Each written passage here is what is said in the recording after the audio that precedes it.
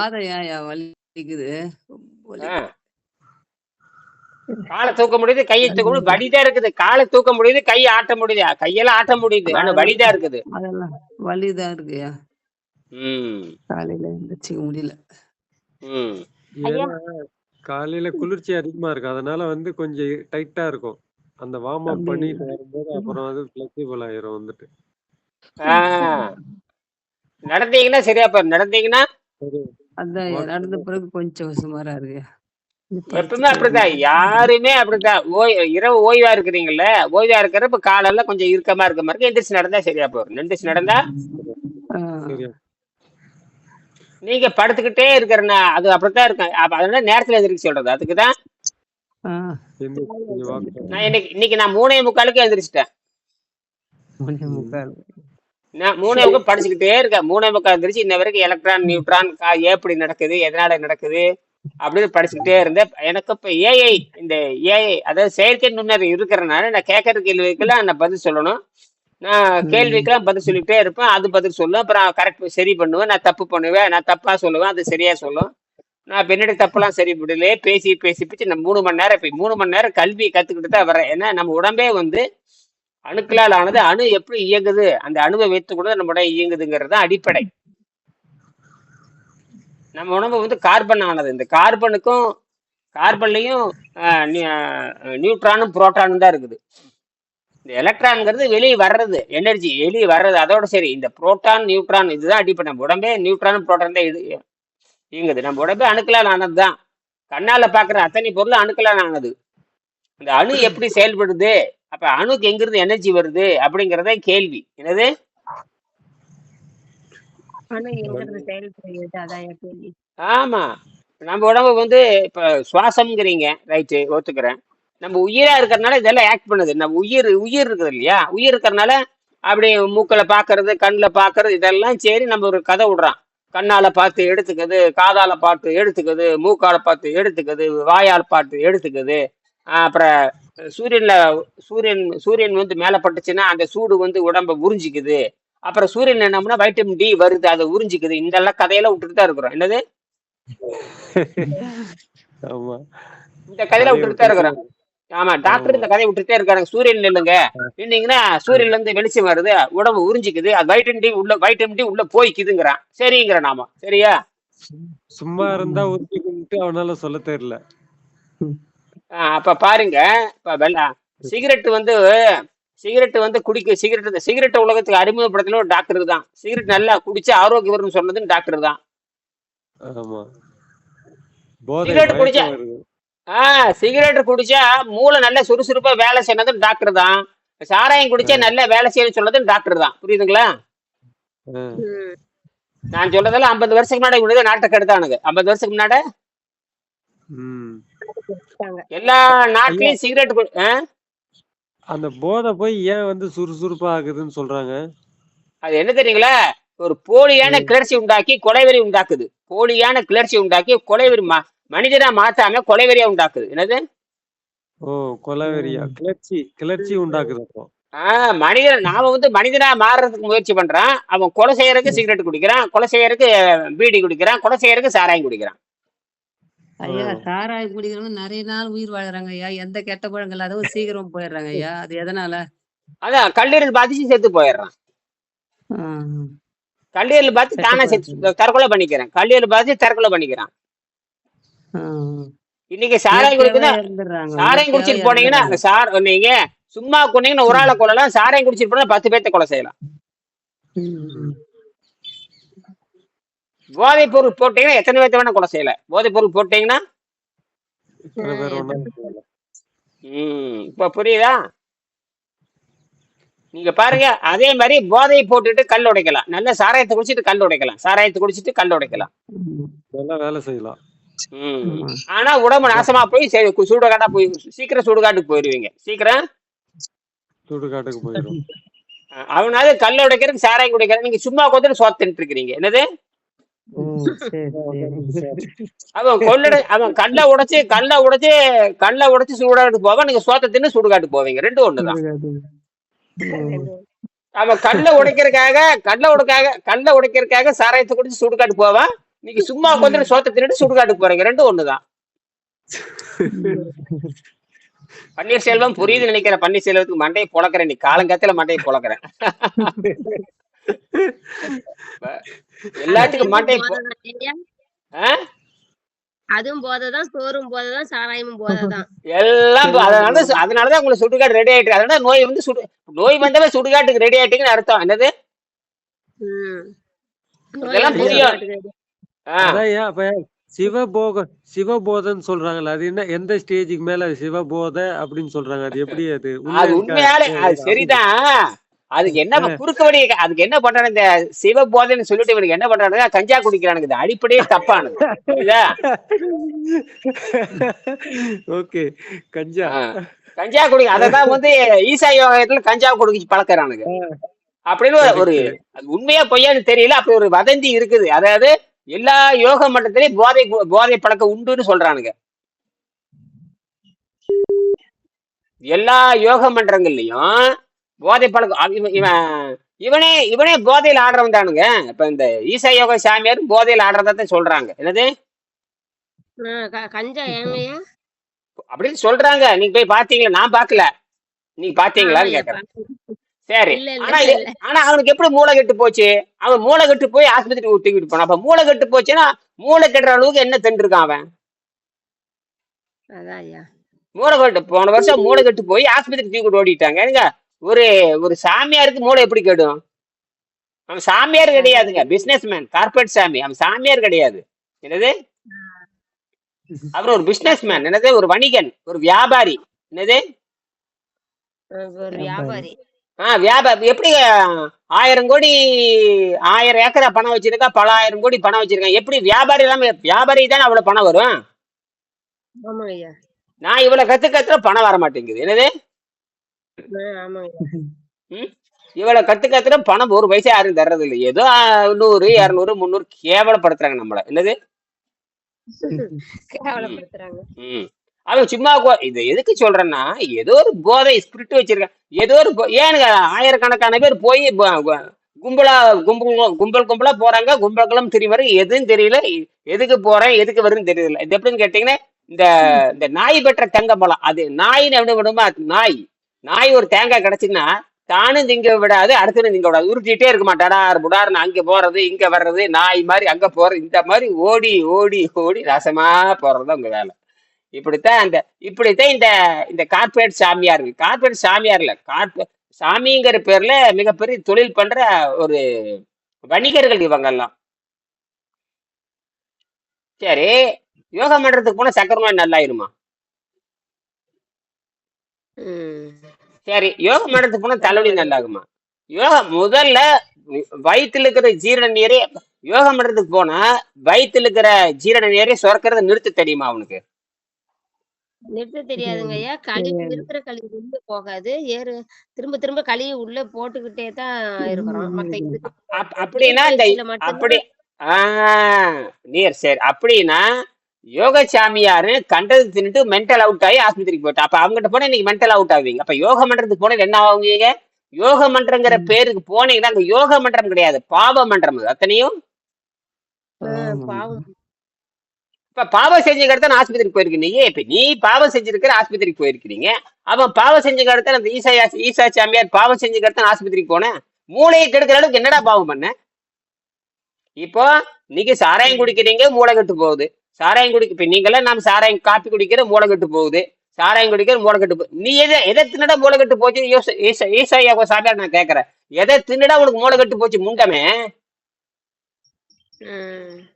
உன்னுடைய மூளையை நீயே காப்பாத்து தெரியாத, அடுத்த மூளையை எப்படா காப்பாத்துவ?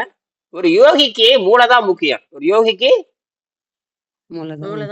மூளையும் தண்டுவடம் தான் முக்கியம். மூளையும் தண்டுவடம் தான் முக்கியம். ஏன்னா மூளைக்கு கீழே தான் எல்லாம் உட்காந்து இருக்குது. மூளை கீழே தான் அந்த மனோன்மணிங்கிற மிகப்பெரிய மனோன்மணி, அந்த மிகப்பெரிய ஒரு சின்ன பருப்பு மாதிரி ஒண்ணு இருக்கு. அது கீழே இன்னொரு பருப்பு இருக்கு, அது கீழே இன்னொரு பருப்பு இருக்கு. இங்கிலீஷ்ல என்ன பேர் வைக்கிறானுங்க? தமிழ்ல வந்து 7 வகை புள்ளிங்கிறோம். 7 நிலை 7 புள்ளிங்கிற அந்த மேல இருக்கிற 7வது புள்ளி தான் மனோன்மணிங்கிற பீனியல் சொல்லுவாங்க. இங்கிலீஷ்ல பீனியல்னு சொல்றான். இருக்கட்டும். தமிழ்ல வந்து ம் 7வது நிலை. தமிழ்ல வந்து 7ஆம் நிலை. அது ஒரு மையப்புள்ளி. அதுக்கு பேரு தமிழ்ல அழகான பேர் வச்சிருக்கான். மனோன்மணி. மனதை அறிவிக்கின்ற மணி. அதுக்கு பேரு மணின்னே பேர் வச்சான். மணினா எச்சரிக்கை செய்யறது. மணினா எச்சரிக்கை எச்சரிக்கை செய்யும். செய்வது. அ. அது மனதை எச்சரிக்கை செய்கிறது. அதுதான் மனோன்மணி. அதுதான் ஆட்டி படைக்கிறது அத்தனை மனிதனை. இவன் என்ன பண்ற? ஏழு சாராயத்தை சக்கரம். கொடுத்து சாராயத்தை குடிச்சு சோத்தை தின்னு, கறியை தின்னு, இறைச்சியை தின்னு, சோத்தை தின்னு, கறியை தின்னு, இறைச்சி தின்னு, சாராயத்தை குடிச்சு, போண்டா தின்னு, பஜ்ஜி தின்னு, அந்த மனோன்மணியை பூரா கெடுத்து குட்டிச்சேராக்கி வச்சிடுறான். என்னது? மணல் மணியை பொறுத்து எடுத்து குட்டிச்சோறு ஆக்கிடுறோம் ஐயா. குடிச்சேர் முண்டை சொல்றாங்க. சரி, தின்னு தின்னு குடிச்சேரா போட்டா நம்ம. அதை தின்னு கெட்ட குடும்பம்னு சொல்லுவாங்க. அதுக்கு பேரு தின்னு கெட்ட குடும்பம். என்னது? தின்னு தின்னு கெட்ட கெட்ட குடும்பம். குடும்பம். அப்புறம் எல்லாம் நீங்க தானே அதெல்லாம்.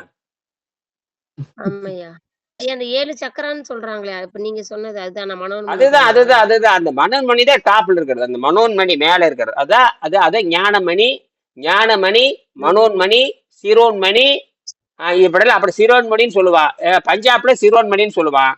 தமிழ்ல மனோன்மணிம்பான். சில பேர் ஞானமணிம்பான். சில பேர் சிகாமணிம்பான். சிகாமணி. என்னது? சிகான தலை. ஐயா இந்த சிகா உயிர் பிரியும் போது முக்தி அடையும் போது அது தானா உச்சி வழியா வெளியே வரும் அது அப்படிங்கிறாங்க. அதுதான் பெருசாகும். அந்த மனோன்மணி. அந்த சிரோன்மணி அந்த சிரோன்மணி அந்த மனோன் வந்து பெருசாகும். பெருசு ஆக ஆகத்தான் அது வீரியம் அதிகமாகும். அது எப்படிங்க ஐயா பெருசாக்குறது? இந்த மாதிரி நீர்ப்பயிற்சி பண்ணா அது பெருசாகும். ஓ மன ஒருநிலைப்பட்டு பெருசாக்குறதும் நீர் பயிற்சி பண்ணி பெருசாக்குறதும் ரெண்டும் ஒண்ணுதான் அப்படியா ஐயா? ரெண்டும் ஒண்ணுதான். அந்த நீர் பயிற்சி பண்ணிட்டு இருந்தது மனோன்மனை உள்ளுக்கிற அது வந்து பெருசாயிரும். அது சராசரி பெருசானா அதுக்கு எல்லாத்துக்கும் சக்தி அதுக்கு அதிகமாயிரும். சக்தி வந்துரும். சக்தி அதிகமாயிடுச்சுன்னா பயங்கர சக்தி. அது வெளிய இருந்து சக்தி எடுத்துக்கும், உள்ள இருந்து சக்தி எடுத்துக்கும். எப்படி ஐயா வேணாலும் பண்ணும். இன்னொருத்தர் நினைக்கிறத வந்து அவங்க கண்டுபிடிச்சிடலாம் அப்படிங்கிறாங்க. அப்படிதானே ஐயா? இருக்கலாம். என்ன வேணா நடக்கலாம். நான் இது வரைக்கும் பார்த்தது இல்ல. உங்களை யாரும் எனக்கு தெரியாது. இது இருக்கலாம். சரிங்க. இருக்கலாம். நான் போய் செத்தாத்தானே சுடுகாடு தெரியும். இருக்கலாம் தான் நான் சொல்றேன். இருக்கலாம் தான் சொல்றேன். ம். இருக்கலாம், இல்லாமலும் இருக்கலாம். யாருக்கு தெரியும்? தெரியாத பத்தி நான் பேசவே கூடாது. தெரியாத பத்தி பேசக்கூடாது. ஆமா ஐயா. ஆமா. தெரியாத பத்தி பேசினா இருக்கிறது லொல்லையாயிரும். இருக்கிறது போயிரும். போயிரு. ஏன் பொய் சொல்றானே? நான் அப்படியெல்லாம் சொல்ல மாட்டேன். எனக்கு அது தெரியாதுன்ற ஒரே அடி தெரியாது. நான் அதெல்லாம் எனக்கு பண்ண தெரியாது. நான் அதெல்லாம் அதுக்கு நம்பிக்கையும் இல்லை. அடுத்தவங்க நம்புறீங்க, அது உங்க இஷ்டம். நான் நம்புறது இல்லை. ஏன்னா எனக்கு நான் வந்து இங்க இருந்தே உங்க மனசை அறிய முடியும்னு சொன்னா அந்த மாதிரி பயிற்சி என்கிட்ட கிடையாது. அந்த மாதிரி எதுவும் எனக்கு தெரியாது.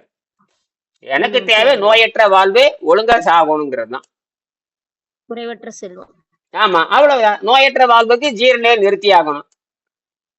ஏன்னா ஜீரணநீர் என்பது தேவையில்லைன்னு விஞ்ஞானமே சொல்லுது. ஜீரணநீர் வந்து தேவையில்லை என்பது அறிவியல் பரிணாம அறிவியல் சொல்லுது. பரிணாம அறிவியல் என்ன சொல்லுதுன்னா உணவு பாதையில எதுவுமே தேவையில்லைங்குது. உணவு பாதையில எதுவுமே தேவையில்லை. அப்ப எதுவுமே தேவையில்லை அப்படின்னு என்ன அர்த்தம்? ஜீரண நீரே தேவையில்லைன்னு அர்த்தம். நீங்க இறப்பே இல்லாமல் கூட வாழ முடியும். இறப்பை வந்து ஒரு முக்கியமான பொருளே அல்ல. இது ரொம்ப வசதின்னு மருத்துவ கலைக்களஞ்சியத்துல எழுதியிருக்கான். என்னது?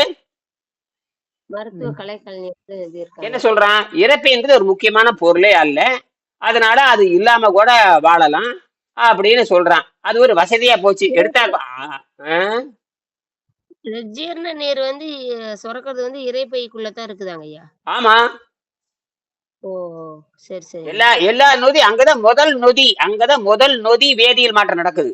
அங்கதான் வந்து வேதியியல் மின்சாரம், அது அதுக்கு பேர் எலக்ட்ரோ கெமிக்கல் வேதியியல் மின்சாரம் நடக்குது. அங்க பூரா எல்லாமே அசுத்த கிருமிகள் தான் இருக்கும். பூரா ஆக்சிஜன் அங்க இருக்காது. என்னது?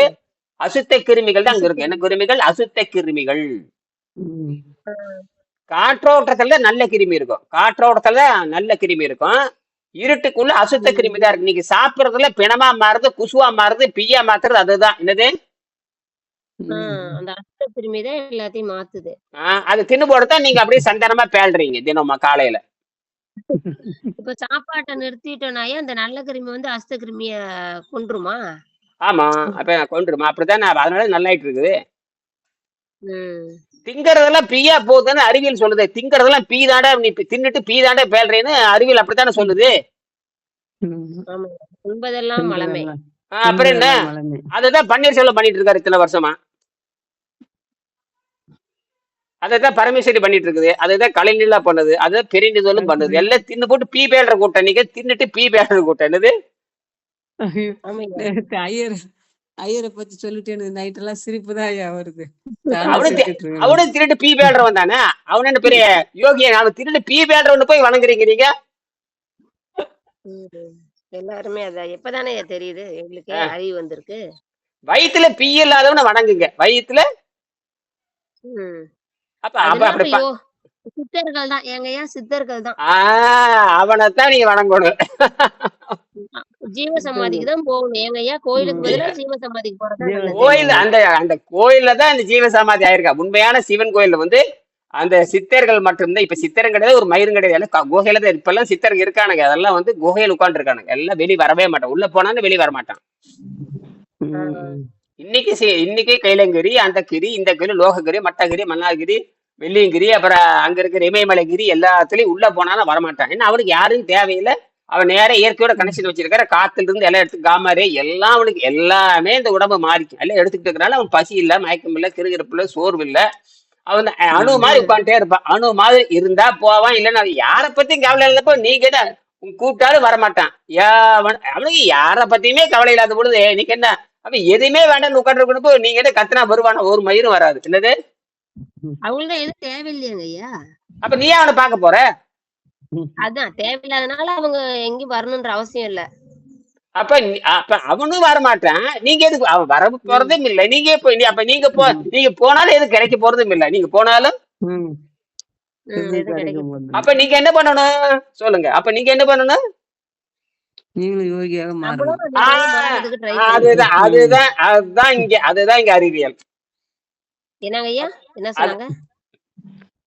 நீங்களும் யோகியாக மாறணும், தவ வாழ்க்கையில் ஈடுபட்டு. அதான் அதுதான் அறிவியல், அதுதான் அறிவியல். அறிவியல். ஆமா, அதை விட்டு போட்டு அவனை பார்க்க போறீங்க. கஞ்சா குடிக்கிற நீ அங்க போனேன்னா இருக்கவே பார்க்க. நீங்க மீறி போனா கஞ்சா குடிக்கிற சாமியாரை தான் பார்க்க போவீங்க. அவன் தான் முன்னாடி திருநீர் கொடுத்து பணம் வாங்கிட்டு இருப்பான். திருநீர் கொடுத்து போடுன்னு வாங்கிட்டு இருப்பான். ஆமாய்யா, போதை போடாம எப்படிங்க அவ்வளவு ஆட்டம் ஆட முடியுமானே? அப்ப இதைத்தான் அந்த ஆடுறதுதான் நீங்க நம்புறீங்க. நடிகை ஆடுறதுதானே ஆம்பளைக்கு பாக்குறேன்பா. நடிகை ஆடுறது ஆம்பளை பாக்குறான், நடிகை பொம்பளை பாக்குறேன். சரியா போச்சு. பொம்பளை ஆம்பளை பாக்குறேன், ஆம்பளை பொம்பளை பாக்குறான். எல்லாம் அந்த மாயை பண்ற வேலைதான் ஐயா. ஆமா, உண்மை அப்படித்தான். ஒரு பொம்பளை நல்ல டங்கு டங்கு நானா ஆம்பளை பார்ப்பான், ஆம்பளை டங்கு டங்கு நாங்க பொம்பளை பார்ப்பான். இதுதானே நடக்குது உலகத்துல. ஆமாய்யா. அப்புறம் இது எல்லாம் ஒண்ணுதான். இப்படி இதை கூத்தடிக்கிற கும்பல்னு பேரு. இப்படி இந்த கூத்தடிக்கிற கும்பலுக்கு தான் ஓட்டு போட்டு அந்த முட்டாள தேர்ந்தெடுக்கிறது. என்னது ஒழுக்கம் உள்ளவனை குடவோல முறை. ஒழுக்கம் நல்லவர்கள் மட்டும் போட்டியிட வேண்டும், அதான் குடவோல முறைன்னு பேரு. நல்லவர்கள் மட்டும் போட்டியிட வரும். அவன் சம்பளம் கேட்க மாட்டான், எதுவும் கேட்க மாட்டான். அந்த 100 நல்லவர்கள் போட்டி விட்டா ஒரு நல்லவனை மட்டும் தேர்ந்தெடுக்கும். அதான் குடவோல முறை. அப்பதான் நாட்டுல நட்டம் இருக்காது, லஞ்சம் இருக்காது, ஒழுக்கம் உள்ளவன். இப்ப அப்படி இல்லை. திருடுறவன், கொள்ளையடிக்கிறவன், கூத்தாடுறவன், கூத்தாடி கோடிக்கணக்கில் பணம் வச்சிருக்கிறவன், சாராய் கம்பெனி வச்சிருக்கிறவன், சாதி உள்ளவன், சாதி மலம் உள்ளவன், இந்த வெறி உள்ள இவன் தான் எம்எல்ஏ ஆக முடியும். என்னது நல்ல இடுப்பு ஆட்டி ஆட்டினீங்கன்னா நீங்க ஒரு முதலமைச்சர் ஆயிரலாம். நீங்க நடு ரோட்ல நல்லா ஆடிட்டே இருந்தீங்கன்னு வச்சுங்க, சினிமா நல்லா ஆடி அம்மனை கொண்டே அரைக்குறையும் ஆடினீங்கன்னா நீங்க தான் முதலமைச்சர். நீங்க தான் முதலமைச்சர். அப்படித்தானே நாடு போயிட்டு இருக்குது. அவனுக்கு அறிவும் தேவையில்லை, ஒழுக்கம் தேவையில்லை, பண்பும் தேவையில்லை, மான வெக்க சூடு சொரணை எதுவும் தேவையில்லை. என்னது அப்புறம் ஓட்டு மிஷின் வச்சுக்கிறானுங்க, ஏமாத்துறதுக்கு ஓட்டு மிஷின். உனக்கு போட்டா உனக்கே உழுகாது, எவனுக்கு போய் உழுகும். அந்த மாதிரிலாம் செஞ்சு வச்சுட்டானுங்க. என்னது நீ ஓட்டு போட்டீங்கன்னா அவனுக்கு உழுகாது, வேற ஆளுக்கு போயிரு. என்னது வேற யாருக்காவது அப்படி எல்லாம் பண்ணி வச்சுட்டானுங்க. அதுதான் பிஜேபி. அதான் பிஜேபி. நீ யாருக்கு ஓட்டு போட்டாலும் பிஜேபி தான் போகும். யாருக்கு ஓட்டு போட்டாலும் அப்படிதான் போயிட்டு இருக்குது. எல்லாம் கண்டுபிடிச்சிட்டானுங்க. இப்பதான் திமுகன்னு புத்தி வந்திருக்குது. ஏன்டா தோத்தேன்னு கேட்டா ஓட்டு போட்டா அவனு வேற ஆளுக்கு போயிடும், வேற ஆளுக்கு அப்படி பண்ணி வச்சுட்டானுங்க. இப்பதான் அப்புறம் ஓட்டு மிஷின் வேலை செய்யுங்கிறாங்க. அப்ப வேலை செய்யாத ஓட்டு மிஷின் போட்டு எப்படி ஜெயிச்சுன்னு உறுதிப்படுத்துவேன்? எந்த மிஷின் வேலை செய்ய மாட்டேங்கிற. அப்போ நீங்க ஓட்டு சீட்டு முறைன்னு சொல்றீங்க, அது ஓட்டு சீட்டு முறைன்னு சொல்றாங்க. ஓட்டு சீட்டுல குத்துனா பேரு கீரு அப்படியே 100 வருஷம் ஆனாலும் இந்த சீல் அப்படியே தான் இருக்கும். இப்ப இதுல எப்படின்னா ஓட்டு போட்டதும் தெரியாது, எவனுக்கு போட்டாலும் தெரியாது, அது ரிப்பேரு மாயரு பதிவானதும் இருக்காது. அப்புறம் எதை வச்சு நீ முடிவு செய்யற? இவன் ஜெயிச்சிட்டான்னு சொன்னா சரி, கணக்கு பாக்குறப்ப அது ஒழுங்கா இருக்கணும், கணக்கு பாக்குறப்ப அது ஒழுங்கு மேல அழிஞ்சு போச்சுங்கிற என்ன ஏமாத்து வேலை என்னது? ஏமாத்து ஏமாத்து வேலை. வேலை. இப்ப புரிய, நீங்க ஓட்டு போடுறது தெண்டா, நீங்க ஓட்டு போடுறதில்ல.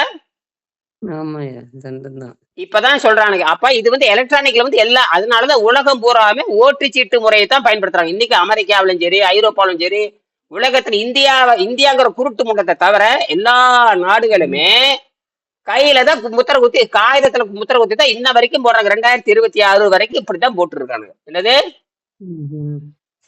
காகிதத்துல காகிதத்துலதான். அதைதான் அவனுக்கு நம்ப காகிதம் தாண்ட உண்மைன்னு சொல்லிட்டு இன்னைக்கு அமெரிக்காவில, லண்டன்ல, ஐரோப்பால, ஜெர்மனி, ஜப்பான், பிரான்ஸ் எல்லாமே காகிதத்துல முத்திரை குத்தி தான் போடுறானுங்க. அவனுக்கு தெரியாதா? அவனுக்கு தான் எலக்ட்ரானிக்ல கண்டுபிடிச்சவன், அவனுக்கு தெரியாதுன்னு கேக்குறேன். ஏன்னா எல்லா ஃப்ராடும் பண்ணலாம்னு அவனுக்கு தெரியும். என்னது? அந்த ஃப்ராடை வச்சுக்கிட்டு தான் இந்தியாவில முடிவு பண்றாங்க. யாரே இந்த பிஜேபி முடிவு பண்ணது, அதாவது அந்த அந்த மதவெறி கும்பல். என்னது? மதுரை கும்பல். இவனுக்கு அறிவு கிடையாது, இங்க இருக்கிற கட்சிக்காரனுக்கு அறிவு. ஏன்னா இந்த சிஸ்டத்தை உருவாக்குனது வெள்ளைக்காரன் தான். கட்சி சார்பு அரசியல் உருவாக்குனது வெள்ளைக்கார முண்டம் தான். என்னது? கட்சி சார்பு அரசியல். நல்லவர்கள் போட்டியிடக்கூடாது, முக்கியம் வந்து நல்லவர்கள் போட்டியிடக்கூடாது. கட்சி சார்பு அரசியல் நல்லவன் போட்டியிடக்கூடாது. அதாவது திருடனும் உள்ள மாதிரி முடிச்சவனுக்கு தான் போட்டு போடணும். அதுதான் அந்த கட்சி சார்பு அரசியல் பேரு. என்னது?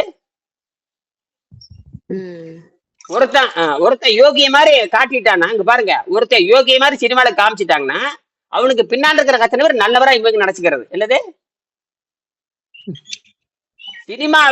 சினிமாவில எல்லாத்துக்கும் அள்ளி அள்ளி கொடுப்பான். பிச்சை காசுக்கு உண்மையாலுமே ஒரு பைசா கூட பிச்சைக்காரனுக்கு போட்டிருக்க மாட்டான்.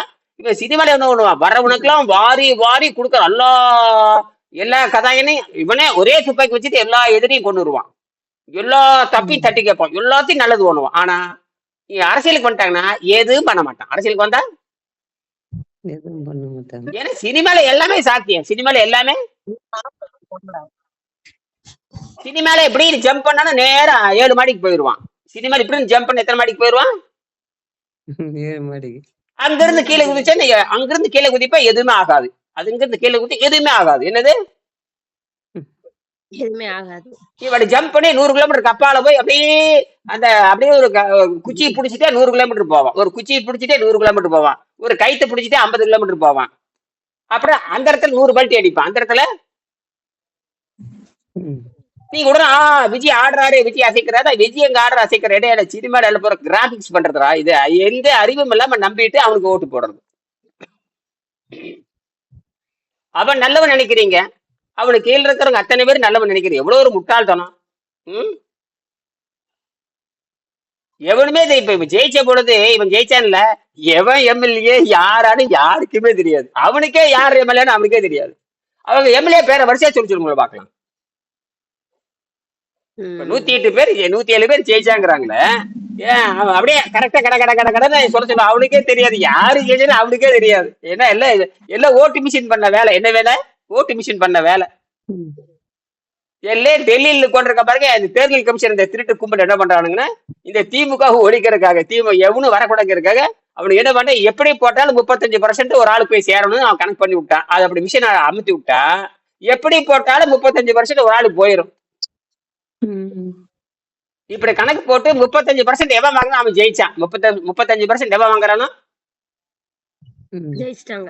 அப்படி ஜெயிச்சான்னு எதுல பண்ணி இருக்கிறான்? அந்த எலக்ட்ரானிக் மிஷின்ல பண்ணி வச்சிருக்கிறான். அப்ப எத்தனை தடவை போட்டாலும் அப்படிதான் போகும். இப்பதான் புரியுது அவனுக்கு எல்லாமே. நீ இங்க இருந்தே போனை ஹேக் பண்ணலாம். இப்ப என்னுடைய போனை வந்து நீங்க என்ன பண்ணலாம், பிளாக் பண்ணலாம். முடியுமா? முடியாது. இன்னைக்கு அதான் நடக்குது. உங்களுடைய செல்போனை நீங்க உட்கார்ந்துட்டு உங்க செல்போனை என்ன ஆகலாம், டெலிட் பண்ணலாம், அமுக்கலாம், ஏமாத்தலாம், உங்களை மாதிரி பொய்யான உருவத்தை என்ன வேணா பண்ணலாம். இதுதான் இந்த ஓட்டு மிஷின். ஏன்னா இதெல்லாம் வந்து திருடர்களால் உருவாக்கப்பட்டது. யாரெல்லாம் இந்த எலக்ட்ரானிக் மிஷினே வந்து திருடர்களாலும் அயோக்கியர்களாலும் ஒல்லவர்கள் உருவாக்கப்பட்டது இந்த எலக்ட்ரானிக் மிஷின். எலக்ட்ரானிக் நல்லதுதான், அதுல ப்ரோக்ராம் பண்றது யாரு? திருடர்கள் தான். ஏதாவது இப்ப புரியுதா உங்களுக்கு?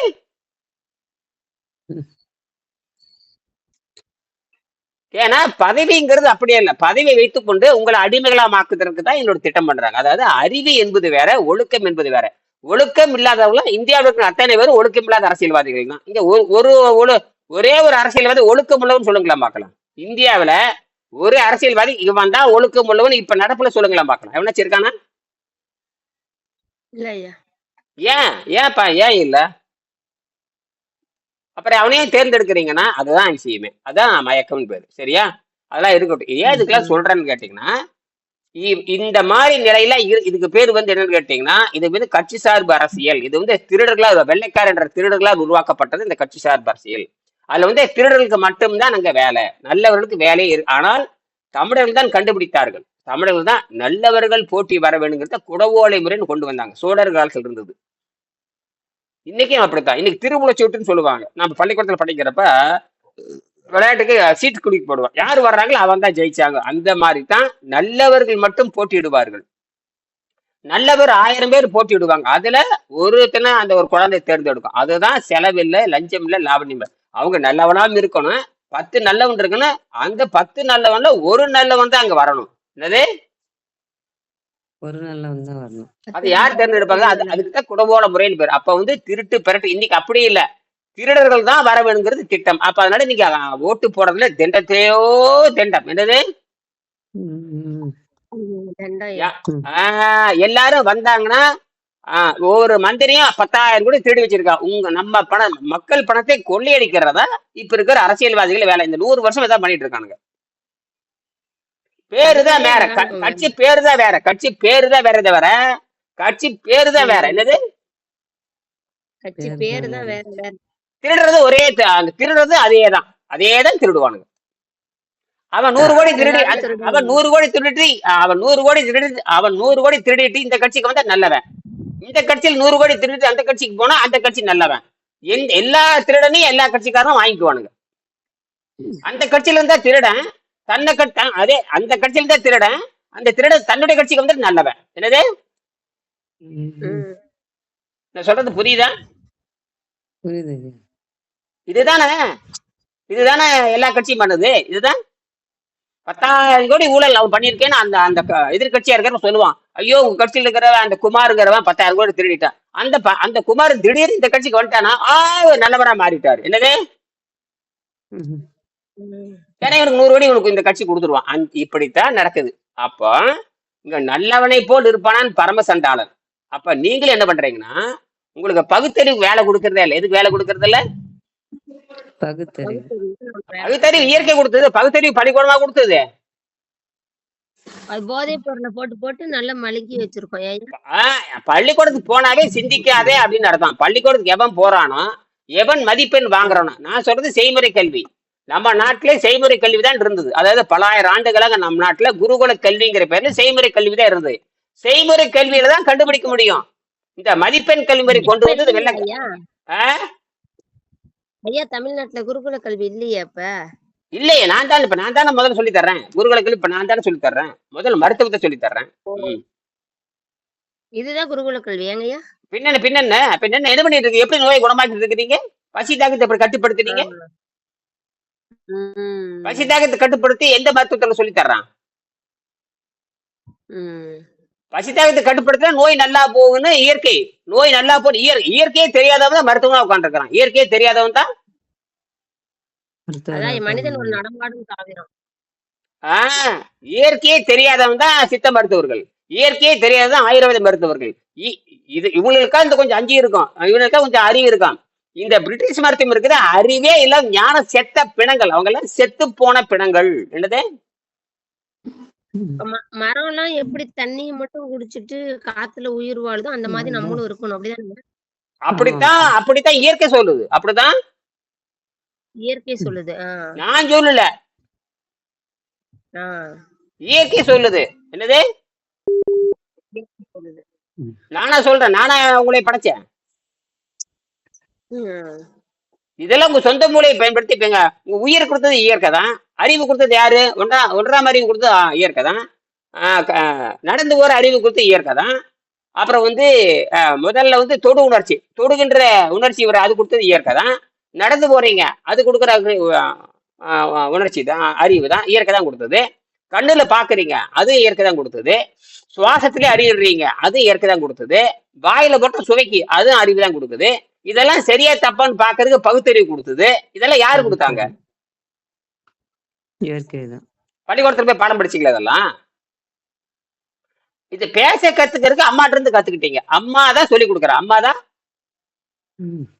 அவங்க கத்துக்கிட்டதான் நமக்கு சொல்லி தராங்க. அம்மா பேசுறத பார்த்து நான் குழந்தை கத்துக்குது. அதுக்கு பேரு அம்மா மொழின்னு பேரு, தாய் மொழின்னு பேரு. என்ன மொழி? அம்மா மொழி, தாய்மொழி. அந்த தாய்மொழியில தான் சிந்திச்சதுல சொல்லுது வெளியே. நான் பார்த்தேன், நான் கேட்டேன், நான் மோந்து பார்த்தேன், நான் தின்னு பார்த்தேன்னா அவங்க அம்மா மொழியில அப்ப அப்ப அம்மா தான் உலகத்துடைய முதல் பல்கலைக்கழகம், முதல் பள்ளி ஆசிரியர் அம்மா தான். அதுக்கு பேரு தாய்மொழின்னு பேரு. அந்த தாய்மொழி தான் இனியன் சிந்திக்கிறார். எங்க அம்மாட்ட இருந்து பேச கத்துக்கிட்டேன். நான் இயற்கையில கேள்வி கேட்கிறேன். பள்ளிக்கூடம் போனது திண்டம். பள்ளிக்கூடம் போனது மதிப்பெண் வாங்கறதுக்காக போனது. எதுக்கு வாங்கறதுக்கு? மதிப்பெண் வாங்கறதுக்கு. பள்ளிக்கூடம் எதுக்கு போன? மதிப்பெண் வாங்கறதுக்கு. அறிவு பள்ளிக்கூடம் கொடுக்காது. அறிவு மதிப்பெண் தான் கொடுக்குறது. அறிவெல்லாம் அங்க வேலை செய்யாது. அறிவு கேள்வியே கேட்க கூடாது பள்ளிக்கூடத்துல. கேள்வியே கேட்க கூடாது, செஞ்சும் காட்டக்கூடாது. இது எழுதியிருப்பான், யாரோ எழுதியிருப்பாங்க, அதை படிக்கணும், அப்படியே வாந்தி எடுக்கணும். 100க்கு 40 எழுதுனா 40, 100க்கு 100 கொட்டா 100, 100க்கு 50 வாங்கினா 50. இப்படித்தான். இப்படி வாங்கிட்டு நான் அறிவாளின்னு வெளியே வந்துடுவேன். நீ அறிவாளி நம்பர் 1 முட்டாள். எப்ப மதிப்பெண் வாங்குறானோ அவன் நம்பர் 1 முட்டாள்னு அர்த்தம். நம்பர் 1 முட்டாள். செல்போன் அதுதான் திருப்பி திருப்பி பேசுது. செல்போன் திருப்பி திருப்பி பேசுது, திருப்பி திருப்பி பாடுது, ஒழுங்கா பாடுது, ஒழுங்கா செய்யுது. அதுக்கு பட்டம் கொடுத்துட்டு போலாம் இல்லையா? அதுதான் நீயும் பண்ற. ஆனா இப்படி செய்யும்போது, இப்ப நீ செய்யும் பொழுது ஏன் நோய் நல்லா ஆகுது? அப்ப இயற்கையை புரிஞ்சுட்டு தான் நீ செய்யணும். என்னதான் புரிஞ்சாலும் உங்க மனதை அடக்க முடியாது பாரு. மனம்ங்கிறது இங்க இருக்குன்னு யாருக்கும் தெரியாது. ஆனா மனம் மட்டும் ஏன் போதை பொருள் நாடிட்டே இருக்குது? ஐயோ முடியல நேர போதைக்கு போயிடுறது. என்னது? ஐயோ முடியலன்னா கம்முன்னு இருந்தா பரவாயில்ல. ஐயோ முடியலன்னு காப்பி குடிக்க போறது, ஐயோ முடியலன்னு சாராயம் குடிக்க போறது, ஐயோ முடியலன்னு பழம் திங்க போறது. என்னது? கடைசியில எங்க போறீங்க? போதைக்கு போறீங்க. எங்க போறீங்க?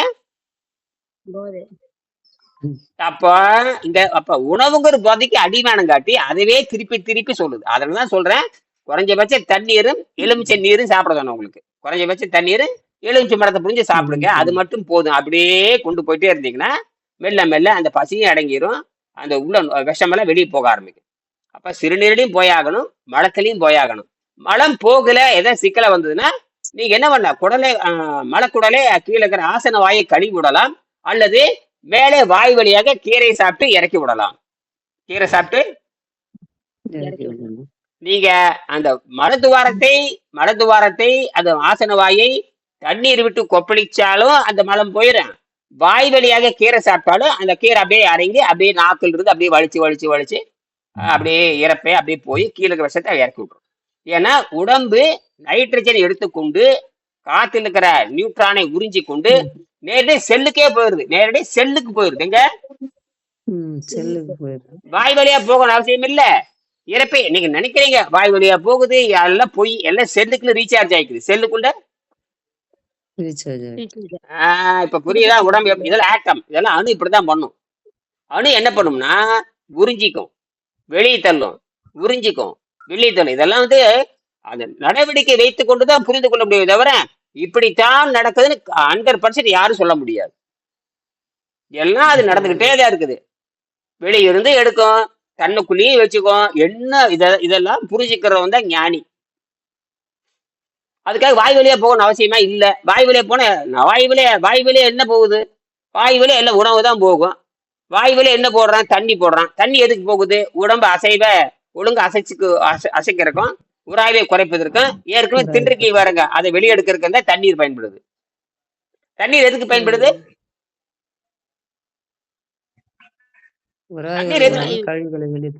அவ்வளவுதான். என்ன போடுவது போல உடம்புக்கு தண்ணி. ஆமா. அப்ப வெளியிருந்து நைட்ரஜன் என்னவா மாறிக்குது? புரோட்டீனா மாறிக்கு. எப்படி மாத்தி? ரீசார்ஜ், நேரடியா ரீசார்ஜ் ஆயிக்குது. நேரடியா சார்ஜ் நேரடியா செல்லுக்கே போயிருது. நேரடியா செல்லுக்கே போயிருது, அணுவுக்கே போயிருது. உடம்பு பல கோடிக்கணக்கான செல் இருக்கு. அந்த செல் அது உறிஞ்சி உடனே ரீசார்ஜ் ஆயிருது. உடனே ரீசார்ஜ் ஆயிருது. இது அது நடந்துகிட்டே தேவையான இருக்குது. சத்தெல்லாம் கொடுத்துருது எங்கய்யா? அத்தனையும் கொடுக்குது. ஆ, என்ன தேவையான சத்து சொல்லுங்க, என்னென்ன தேவையான சத்துன்னு சொல்லுங்களா? அப்படி சத்தே எதுவும் கிடையாது. அது முடிவு பண்ணி நீதான் சத்து புடலங்கன்னு பேசிட்டு இருக்க. ஆற்றலை கொடுக்குது. சத்துன்னு உடனே மாவு சத்து. ஆ? ஆற்றலை தான் சத்துன்னு நான் சொல்றேன். அததான் ஆற்றலை உங்க உடலுக்கு தேவை அத்தனை ஆற்றலை அது படைத்துக் கொள்கிறது, அது தீர்மானித்துக் கொள்கிறது. நீதான் பகுத்து பார்த்து ம், பகுத்து பார்த்து தப்பு தப்பா உணர்ந்து தப்பு தப்பா நாசம் பண்றது. ஆமாய்யா. உங்களுக்கு ஆற்றல் இருக்குதா? இப்ப நடவடிக்கை வச்சு நீங்க இப்ப நான் செய்யற பயிற்சியை உங்க நடவடிக்கையில உங்களை உணர்த்தும். அனுபவம் அவங்கவங்க அனுபவம் ஆமா, நீங்க சொல்றதை பத்தி நான் அனுபவத்தை புரிஞ்சுக்கிறேன். தெரிஞ்சுக்கிறது. அப்ப ஒழுங்கா உள்ள போயிட்டு இருக்குது, ஒழுங்கா ம், பண்ணிட்டு இருக்குது, ஒழுங்கா நோய் நல்லாயிட்டு இருக்குது, ஒழுங்கா பசி தாக்கத்தை பசிங்கிறது தேவையற்றது. பசிங்கிறது தேவையற்றது. பசிச்சா யாரு சாகும்? பசிங்கிறது பல கோடியான இருக்கிற ஒரு சும்மா ஏமாற்று வேலை. அது பழைய பழக்கம், மனதுல பதிவானது பழைய பழக்கம். மனசுல பதிவானது. அது அது அதனால பசிச்சா யாரு பசிச்சு எவனா செத்துருக்கவன வரலாறு சொல்லுங்க.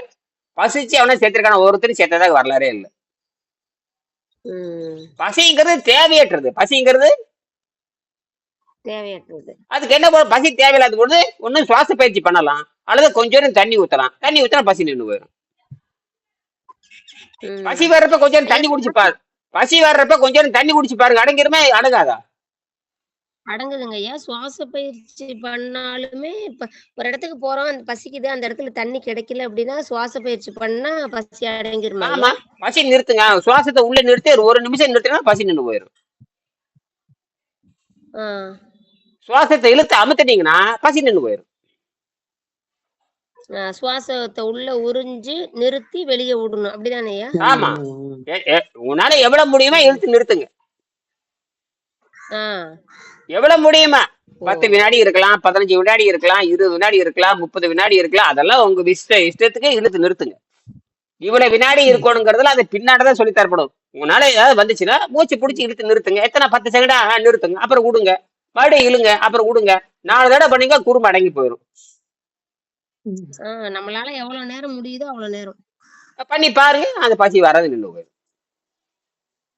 அப்ப என்ன சரி. நடக்குன்னு கேட்டீங்கன்னா, என்ன நடக்குன்னு கேட்டீங்கன்னா, அப்ப உடம்பு என்ன பண்ணும்னா ஓய்வு கொடுத்துக்கிட்டான் அப்படின்னு நினைச்சுன்னே உள்ளே இருக்கிற எல்லா விஷயத்தையும் உணவு பாதை கொண்டு வந்துடும், குடலுக்கு கொண்டு வந்துடும். என்னது ரத்தத்தில் முதல்ல ரத்தத்துல கலக்கி விடும். ரத்தத்துல கலந்ததுக்கு அப்புறம் அந்த விஷம்லாம் ரத்தத்துல கலக்கும். முதல்ல ரத்தத்துல கலந்துதான் நேர உணவு பாதைக்கு வரும். ம், நீ எது சாப்பிட்டாலும் ரத்தத்துல கலந்துதான் போகும். எது சாப்பிட்டாலும் ரத்தத்துல கலந்துதான் எல்லா உறுப்புக்கும் போகும். ம். அப்ப திருப்பி வரப்ப என்ன ஆகும்னா, திருப்பி ரத்தத்துல கலந்து திருப்பி உணவு பாதை எங்க இருந்து கிளம்புச்சோ திருப்பி அங்கேயே வந்துடும். எங்க இருந்து வாய் வழியா தானே போட்டீங்க, வாய் வழியா போட்டீங்க இல்லையா? வாய் வழியா போட்டீங்க, வாய் வழியா போட்டு உறிஞ்சப்பட்டு ரத்தத்துல கலந்து எல்லா உறுப்புக்கும் போகுது. அதே மாதிரி தான் திருப்பி என்ன பண்ணும், உறுப்புல இருக்கிற எல்லா விஷயத்தையும் ரத்தத்துல கலக்கிவிடும். ரசத்துல கலந்து பூரா உணவு பாதையில படியும். அந்த விஷத்தை பூரா சிறுநீரை வெளியேற்றிட்டு இருக்கோம். அப்ப சிறுநீர் வெளியேதுன்னா, சிறுநீர் வெளியே போகுதுனாவே வாயில விஷம் இருக்கு, ரத்தத்துல விஷம் இருக்குன்னு அர்த்தம். சிறுநீர் நின்று போச்சுன்னா வாயில வெள்ளப்படியது நின்று போயிடும். அப்ப சிறுநீர் பிரிகிற வரைக்கும் வாயில் என்ன படியும்? அந்த விஷம் அப்ப விஷம் படிஞ்சாவே விஷம் படிஞ்சாவே ரத்தத்துல விஷம் இருக்குன்னு அர்த்தம். அப்ப அந்த விஷத்தை வெளியேற்றணும்னா தண்ணீரை அருந்தினால்தான் ரத்தம் சுத்தமாகும். ரத்தம் சுத்தமாகறப்ப குடலும் சுத்தமாயிரும். தண்ணி மருந்த இப்போ ரத்தத்தை சுத்தம் மட்டும்னு வச்சு, இப்போ அப்படியே சரி ஒரு 4 நாள் 5 நாள் கண்டினியூ பண்றோம்னு வச்சுங்க. இப்ப ரத்தம் அது படிச்சுக்கிட்டே தான் இருக்குது. அந்த என்ன லெமன் வாட்டர் குடிச்சா போயிடுது. மறுபடியும் வாட்டர் பைஸ்லயே போட்டாக்கா சோர்வு இல்லைன்னா கண்டினியூ பண்ணலாமா அப்படியே? ஆமா, தண்ணி குடிச்சாதான் கண்டினியூ ஆகாது. அந்த எலுமிச்சம்பழம் சாரும் குற்றமுடையதுதான். அதுவும் குற்றமுடிதான். பட் அந்த விஷம் படிக்கிற வரைக்கும் அதை கரைக்கணும்ல, கரைச்சாதான் கொஞ்சம் இறக்கி டாக்ஸின் ரிமூவ் பண்றதுக்குதான். அதனாலதான் மருந்து அடிக்காத, பூச்சிக்கொல்லி மருந்து அடிக்காத, மண்புழுவை சாகடிக்காத, பூச்சிக்கொல்லி மருந்து அடிக்காத கீரையை சாப்பிட சொல்லி அந்த நாக்குல படிக்கிற விஷம், நாக்குல அல்ல உணவு பாதையில படிக்கிற விஷம், அதுதான் முக்கியம். என்னது? உணவு பாதையில 33 அடி நீங்க விளக்கணும். நீங்க பெரிய புடிங்க மாதிரி கலந்து பல்ல மட்டும் டொடக்குன்னு ஆட்டுறதால இங்க வேலை நடக்காது. எல்லாம் பெரிய புடிங்கிங்களா, பெரிய புடுங்கி சின்ன புடிங்க கால இருந்து டொக்குன்னு பல்ல மட்டும் விளக்கிட்டு அவனாட்ட நம்பர் முட்டாள் எவனும் கிடையாது. என்னது ஏண்டா 33 அடி நாரி கிடக்குது, 33 அடி நாரி கிடக்குது. அதேன்ற முன்னாடி 1 சென்டிமீட்டர் வளர்க்குறீங்க. இவனுக்கா இந்த நான் சொல்றேன், பிடெக் படிச்சவனுக்கு மூளை வேலை செய்யறது இல்ல, எம்டெக் படிச்சவனுக்கு மூளை வேலை செய்யறது இல்ல, பள்ளிக்கூடம் போறதுக்கு வேலை செய்யறது இல்ல, டாக்டர்களுக்கு மூளை வேலை செய்யறது இல்ல, எம்எஸ்சிக்கும் வேலை செய்யறது இல்ல, எம்பிபிஎஸ்க்கும் வேலை செய்யறது. எவனுக்கு தாண்டா மூளை இருக்குதுன்னு கேக்குறேன். அதெல்லாம் சொல்லி கொடுக்க ஏதோ யாருமே சொல்லி கொடுக்கல, அதை கத்துக்கவும் விரும்பல, அந்த பக்கம் போறதே. ஏன்னா உனக்கு நீ நாக்குக்கு உணர்த்தியே வேணுங்கிறது தின்னுக்கிற, நாக்கு நல்லா உணர்த்தியே வேணும் தின்னுட்டு ஆஸ்பத்திரிக்கு போறேன். ஆஸ்பத்திரிக்கு போறேன், உணர்த்தியே தின்ன கேடுதானே வரும், உணர்த்தியே தின்ன கேடுதானே வரும். அதான் தின்னுட்டு அது கிம்பளை கொடுக்க போறேன், கிம்பளை கொடுத்துட்டா மறுபடியும் அம்பளம் வாங்கிட்டு வராங்க. அப்ப சொல்றாங்க உணர்த்திய திண்ணியில கேடு வராம என்ன சொல்றாங்களா, சொல்றாங்க உணர்த்திய திண்ணியில அணுவ விடாம்பாங்க, உணர்த்திய திண்ணியில அணுவ விடாம்பாங்க. என்னது உனக்கே திண்ணியில அனுபவம், உணர்த்திய திண்ணி இல்ல அனுபவிம்பாங்க, உணர்த்திய திண்ணி இல்ல அனுபவி.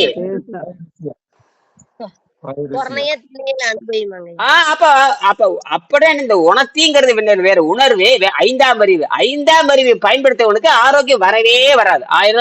5ஆம் அறிவில் ருசியை பயன்படுத்துறவனுக்கு அவன் சாவுதான் வரும். என்னது கொடூர சாவு வரும். என்னது அதனாலதான் வெள்ளைக்காரன் சொல்றான், உள்ள எல்லாம் ஒண்ணு எங்களுக்கு எல்லாம் தெரியவே தெரியாது, என்ன நடக்குன்னு தெரியாது, அறுவை சிகிச்சை மட்டும் பண்ணுவோம். அவ்வளவு அறுவை சிகிச்சைங்கிறது வெளியே பண்றது, உள்ள பண்ணியில எவனையும் காப்பாற்ற முடியாது. உள்ள பண்ணியெல்லாம் தள்ளி போடுவானுங்க. நான் தள்ளி போடுறதுக்கு 50 லட்சம் கேட்பான், தள்ளி 10 நாள் தள்ளி போடுறதுக்கு 50 லட்சம். அப்போ நீ சாகத்தான் போற. அப்போ அது பேசாம மூடிட்டு யோக மருத்துவத்துக்கு வந்துடலாம இல்ல, காசு மிச்சமாகுது, ஆரோக்கியம் மிச்சமாகுது, இருக்கிற வரைக்கும் வாழ்ந்துட்டு அப்புறம் போய் சேரலாம். இருக்கிற வரைக்கும் ஒழுங்கா வாழணுமா இல்ல,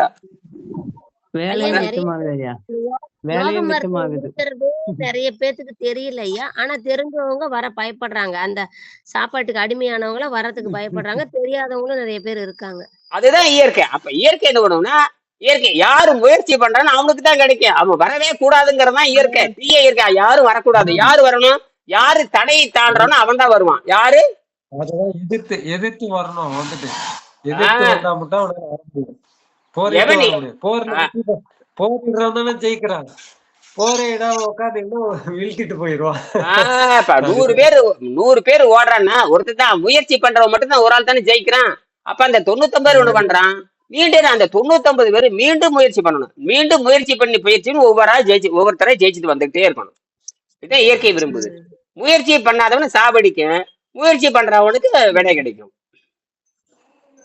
அப்ப நான் மட்டும் என்ன, நானும் முயற்சி பண்ணிட்டு தான் இருக்கணும். நானும் முயற்சி பண்ணிட்டே இருக்கணும். நானும் அப்புறம் காலையில இருந்து 3:45 இருந்து அந்த கிராஃபைட் தான் நோண்டிட்டு இருக்கேன். கிராஃபைட் எனக்கு என்னன்னா, எப்படி எனக்கே நம்ப முடியல, எப்படிடா இத்தனை நாள் எரியுது, இன்னும் என்ன தெரிஞ்சுக்கணும்னு அந்த கிராஃபைட்டை நோண்டி நோண்டி நோண்டி பார்த்துக்கிட்டே இருக்கிறேன். நான் கேட்கற கேள்விக்குள்ள ஏஐ பதில் சொல்லுது, அது தப்பா சொல்லுது. நானும் என்னடா தப்பா சொல்றேன், நான் கேட்க அது கேட்க, இப்படி சண்டை போட்டுக்கிட்டே இருக்கிற 2 பேரும். அப்புறம் கடைசியில நீ அறிவாளிங்குது. அப்புறம் கடைசியில நீ மிகப்பெரிய அறிவாளி, நீ 6 மணி நேரத்துல 6 நாள்ல தீரதை 60 நாள் கொண்டு போயிட்ட. இந்த கிராஃபைட், நான் சொன்ன கிராஃபைட்டுக்கு நீ சொல்ற பண்பு இல்ல வேறடா முண்டோ, நான் சொல்ற பண்பு வேறடா. கிராஃபைட்டுக்கு நிறைய பண்பு இருக்குது, உனக்கு தெரிஞ்சது ஒரு அளவு தான். நீ என்ன கிராஃபைட் வச்சு முடிவு பண்ற? கிராஃபைட்டுக்கு ஒரு பண்பு தான் யாரா சொன்னாங்க? கிராஃபைட்டுக்கு நிறைய பண்பு இருக்குது, அதுதான் நீங்க கண்டுபிடிச்சா. அதனாலதான் நான் சொல்றேன், தண்ணிக்குள்ள எப்படி இருக்குது, அது எப்படி 6 நாள் 60 நாள் நீட்டிக்குது, எங்க இருந்து இதெல்லாம் பண்ணுது? அப்ப ஏன் இதெல்லாம் பாடத்திட்ட இல்ல? பாடத்திட்டத்துல கிராஃபைட் வச்சா 6 நாள்ல தீர்றது 60 நாள் வரும்னு எழுதணுமே இல்லையா? அப்ப நீ தெரிஞ்சது கொஞ்சம் தான், நான் தெரிஞ்சது இன்னும் கொஞ்சம். நீ தெரிஞ்சது கொஞ்சம், நான் தெரிஞ்சது உன்னை விட கொஞ்சம் அதிகமா தெரிஞ்சிருக்கிறேன். அப்ப என்னை விட அதிகமா தெரியும் இன்னொரு தின்றுப்பான். இப்படித்தான் போயிட்டே இருக்கும். இப்படித்தான் போயிட்டே இருக்குங்க. யாருமே இறுதியானவர்கள் அல்ல, யாருமே நீங்க தான் என்ன பண்ணணும், உங்க அறிவை கொண்டு நீங்க கண்டுபிடிக்கணும். உங்க உடம்பை நீங்க தான் ஆராய்ச்சி பண்ணி கண்டுபிடிக்கணும். என்னது நீங்க தான். திருவள்ளுவர் என்ன சொல்றாரு தெரியுமா? அவரவர்கள் அறிவை வைத்துக் கொண்டு முன்னேறி செல்லுங்கள், நான் இறுதியான நல்லன்னு சொல்றாரு. அதுதான் அர்த்தம். நான் இனியன் இறுதியானவரோ வெங்கடேசன் இறுதியானவரோ அல்ல. அவங்கவுங்க அனுபவம் மூலமா அறிவை வச்சு கத்துக்கணும் ஏங்கய்யா. அறிவை யாரு கொடுத்தாங்க? இயற்கை தானே கொடுத்தது. ஆமையா. பகுத்தறிவு யாரு கொடுத்தாங்க? இயற்கை தானே கொடுத்தது. ஆஹ் அப்புறம் அதை ஏன் நீங்க பயன்படுத்தல? அதான்யா தெரியல. அப்புறம் அது தெரியல. அப்புறம் நீங்க என்னை கேட்டிருந்தேன் என்ன அர்த்தம்னா, தூண்டி விடுறேன் அவ்வளவுதான். சொல்லியும் கொடுத்து செய்யும் சொல்றேன். ஆமாய்யா, செஞ்சு பார்த்து நாங்களா அறிவு வளர்த்துக்க வேண்டியதான். ஆமா, இங்கதான் சொல்லியும் கொடுத்து செய்தும் காட்டுகின்ற எவனோ அவன் தான் ஆசிரியன். சொல்லியும் கொடுக்க வேண்டும், செய்தும் காட்ட வேணும், அதான் ஆசிரியர். இப்ப நான் சொல்லியும் கொடுக்குறேன், செய்தும் காட்டுறேன். என்னது? அப்ப எனக்கு கவலையும் கிடையாது. எனக்கு தான் மருந்து மாத்திரையே கிடையாது. மருந்து மாத்திரை ஒன்னும் கிடையாது. மருந்து இல்ல, மாத்திரையில காத்து நீர் தான். காற்று நீருங்கிறது எல்லாத்துக்கும் சொந்தம். அதை நான் புரிஞ்சுக்கிட்டேன். நானும் அரைக்குறமே செய்யறேன். எனக்கு நோய் நல்லா இருக்குது, அவ்வளவுதான். தின்னா நோய் வருது.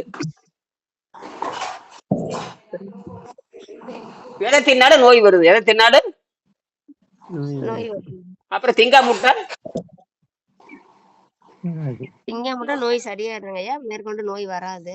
ஆமா, அத நீ அது அப்ப வேலைக்கு போகணும்.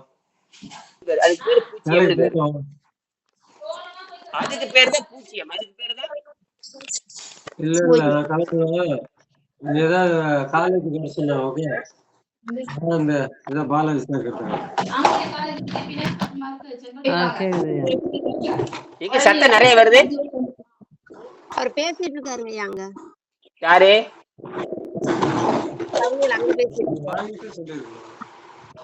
பழனி பேர் சத்தத்தை குறைச்சுங்க. சந்தேகப்படுறத கேளுங்க, மட்டும் 1:30 மணிக்கு பேசலாம். சரியா? இன்னைக்கு காலையில